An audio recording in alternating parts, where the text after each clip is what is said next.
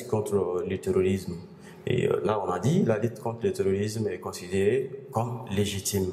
Aujourd'hui, lutter contre le terrorisme est une priorité pour les nations qui sont frappées en plein cœur par le terrorisme. C'est une nouvelle forme de guerre qui s'impose à l'humanité. Donc, il faut comprendre que les terroristes, d'abord, ils s'attaquent à un système.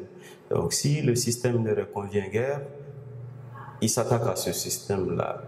Donc, alors, pour se faire entendre, pour se faire voir, ces terroristes sont obligés de perpétrer des actions asymétriques. Soit ça peut être des enlèvements, des prises d'otages, ou encore ça peut être la terreur.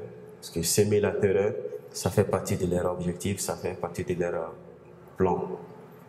Aujourd'hui, lutter contre ces terroristes-là, c'est devenu maintenant une légitimité. Parce que l'armée loyaliste qui a en charge la sauvegarde et la protection de l'espace ou encore la protection du territoire national se voit dans une obligation de lutter contre ces terroristes-là aujourd'hui. Même s'il faut mutualiser, même s'il faut conjuguer les efforts avec d'autres partenaires techniques, il faut le faire parce que le cas du Mali aujourd'hui peut nous servir d'exemple. Et aujourd'hui, nous pouvons dire que la mission intégrée de l'ONU, qui est la MINUSMA, qui est présente aujourd'hui au Mali, c'est pour cultiver, c'est pour giseler la paix, c'est pour instaurer la quiétude dans le pays. Donc, à cela, il faut ajouter encore la présence de la force française, qui est la force Barkhane, qui a pour mission de lutter rigoureusement contre le terrorisme. Là, on peut dire que cette lutte contre le terrorisme est devenue maintenant une affaire de tout le monde. Et aucune puissance, aucune force seule ne peut combattre ce terrorisme-là à travers le monde. Alors, vouloir combattre ce système terroriste est légitime. Parce qu'il s'agit de la sauvegarde de la liberté des individus, il s'agit de la mobilité, c'est-à-dire la libre circulation des personnes et de leurs biens à travers le monde. Parce que les terroristes, souvent, n'offensent pas le système. Il y a la population aussi qui est vulnérable aux actions asymétriques des terroristes. Et là, nous le voyons un peu partout en Afrique, et notamment le cas du Mali. Donc à cela, on peut ajouter également la légitime défense. La légitime défense qui consiste vraiment à valoir sa liberté, à valoir son droit à la vie quand on est offensé par un individu mal intentionné.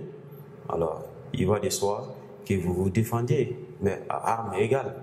Il y a un cas de légitime défense si le combat se fait à armes égales. En guise d'exemple, quelqu'un qui a une arme blanche, qui veut t'agresser avec une arme blanche, donc du coup tu sors un pistolet automatique contre une arme blanche, ce cas ne peut pas s'appeler légitime défense. Donc si vous mettez un terme à sa vie, c'est-à-dire la personne qui possède une arme blanche, là vous pourrez être considéré comme un assassin. Ce n'est pas de la légitime défense. Il s'agit de légitime défense si vous parvenez à combattre l'ennemi à armes égales. C'est dans ce contexte qu'il y a légitime défense. Donc, à ce niveau, combattre cette légitime défense est une légitimité.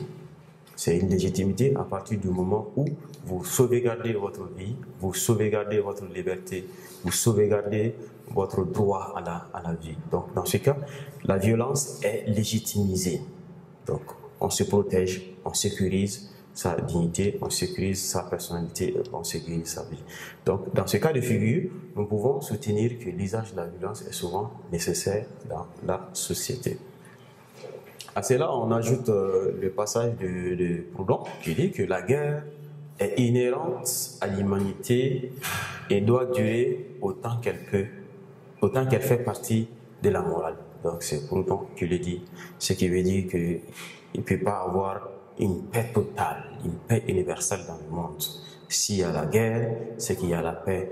Donc Proudhon s'inscrit dans une logique contradictoire ici, parce que s'il y a la paix, il doit avoir la guerre. Donc les deux concepts vont ensemble. Il ne peut pas avoir de paix mondiale, parce que C'est la guerre qui fait générer des ressources pour d'autres.